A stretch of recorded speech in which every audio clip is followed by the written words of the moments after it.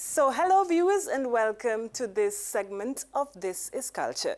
The news about the incorporation of the Swahili language into the South African school curriculum continues to spark mixed reactions from all over the continent. Some believe it's a good idea, while others do not think it will have any impact on the continent. The announcement came a few weeks after leader of South Africa's Economic Freedom Fighters Party, Julius Malema, called for the adoption of a common language in Africa, hinting at Swahili being that language. According to him, a language like Swahili can unite Africans, and this is our focus today. Swahili is a Bantu language believed to have originated from other languages, mainly Arabic, due to historical interactions between Arabs from the Middle East and East Africans. It was the trade language that was created to facilitate communication between a number of Southern and Eastern Africa's wide variety of ethnic groups.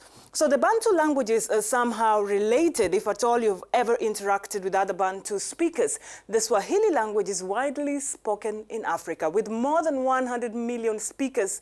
Kenya, Tanzania, Rwanda, DR Congo, northern Mozambique, northern Zambia, all speak this language. Maybe this will give you an idea what language I am talking about today. Hakuna Matata. What a wonderful phrase. Hakuna Matata. Ain't no passing craze. It means no worries for the rest of your days.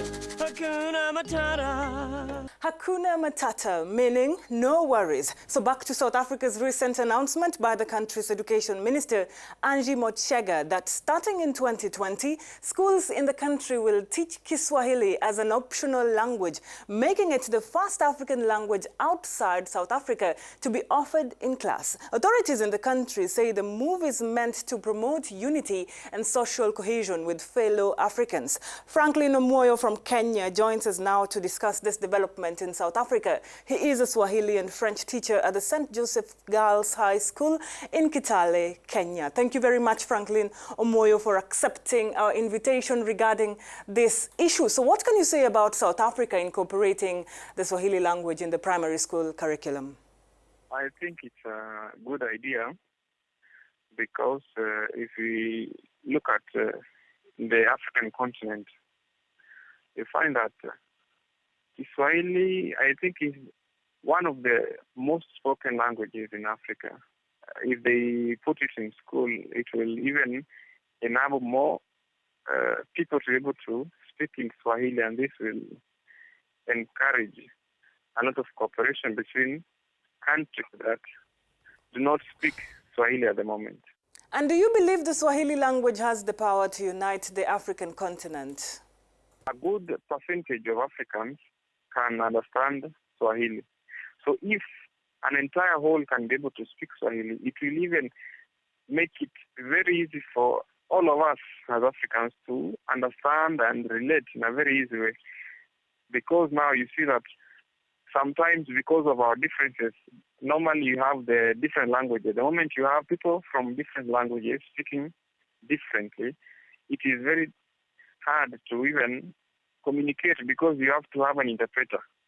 Now, when we have this one language that now will break the ice for all of us, and especially you see that we have very common problems that are facing our continent. So we'll be able to interact and find solutions from each other in terms of brainstorming and discussing the way forward. So one language will break that monotony where I have to learn the other person's language in order to communicate to him. So it will be very useful to us as Africans because now we are struggling towards having one community. The insights of Franklin Omoyo, a Kiswahili and French teacher in Kenya, speaking to us from Kitale. Thank you very much. But the huge number of languages like English, French, Arabic, and others on the continent pose a threat to Kiswahili.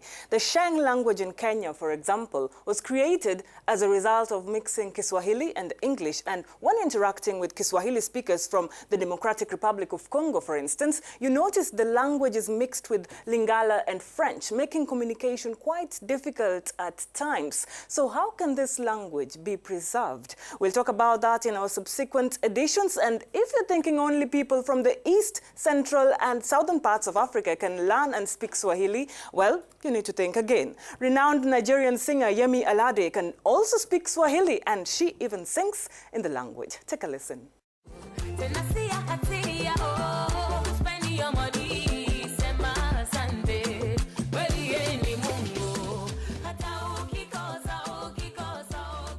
Be more united with the use of one language. But in order to achieve this, there is work to be done. As the Swahili saying goes, umoja ni nguvu, utengano ni udhaifu, which means unity is strength and division is weakness. And please allow me to end this segment in style.